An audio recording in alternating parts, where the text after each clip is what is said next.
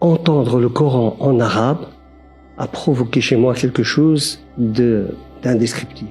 J'ai ressenti dans tout mon corps des frissons. J'ai ressenti mes cheveux qui étaient vraiment comme la chair de poule, mais dans tout mon corps. C'était presque du 4000 volts qui m'a envoyé sans comprendre, parce que je comprenais pas l'arabe. J'avais jamais entendu le Coran auparavant. Et de là, j'ai ressenti quelque chose de très très fort. Et de là, je suis parti, je l'ai laissé comme ça. Mais j'étais troublé, mon âme était vraiment troublée par ce que je venais d'entendre. Je suis parti à la maison, je m'endors. Et là, je fais, comme on dit en arabe, un rêve pieux. Et ce rêve-là, jusqu'à maintenant, je l'oublierai jamais. J'étais endormi et je me vois dans un train. J'étais petit. D'abord, au départ, j'étais petit sur un vélo et je pars de la place où on vit là dans le quartier quand on était jeune. Je pars de cette place dans un tram.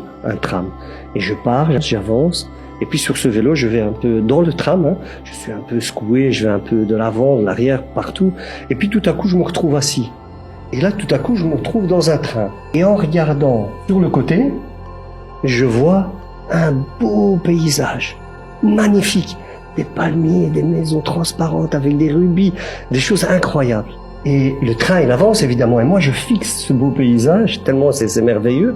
Et je fixe, et puis tout à coup, je vois un aigle qui est posé, qui me regarde. Et je le fixe dans les yeux en le regardant, et ce train qui avance. Il avance et je regarde comme ça.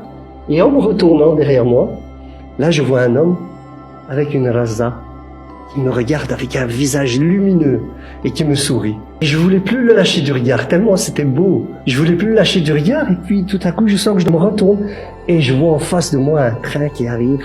Et je me dis, pour éviter le choc, je vais me lever et je vais aller au plus loin au fond du train pour éviter ce choc, quoi. Et alors de là je me lève, je vais au fond de ce train. Et là, je cherche une place où m'asseoir. Et je demande à une personne qui est là de couleur blanche, je lui dis, est-ce que je peux m'asseoir? Il me fait, non, non, pars. Et puis je vais chez lui, il y a un Asiatique, il me fait, non, pars. Et ainsi de suite. Et un Africain, il me dit, non, tout le monde me rejette pour pas que je m'assieds à côté de lui. Et puis de loin, je vois une femme avec le niqab habillé tout en noir qui me fait. Et là, je m'assieds à côté d'elle. Et puis là, tout à coup, je vois que le choc va se produire. Et je fais comme ceci, dans le rêve, donc pour me protéger. Et puis là, j'entends, tut. Et je me réveille, je suis dans mon lit transpirant et je me dis bon, qu'est-ce qui se passe? J'étais vraiment sous l'émotion. Hein. Et là, je me suis dit il faut que j'aille à la mosquée demain et que je devienne musulman.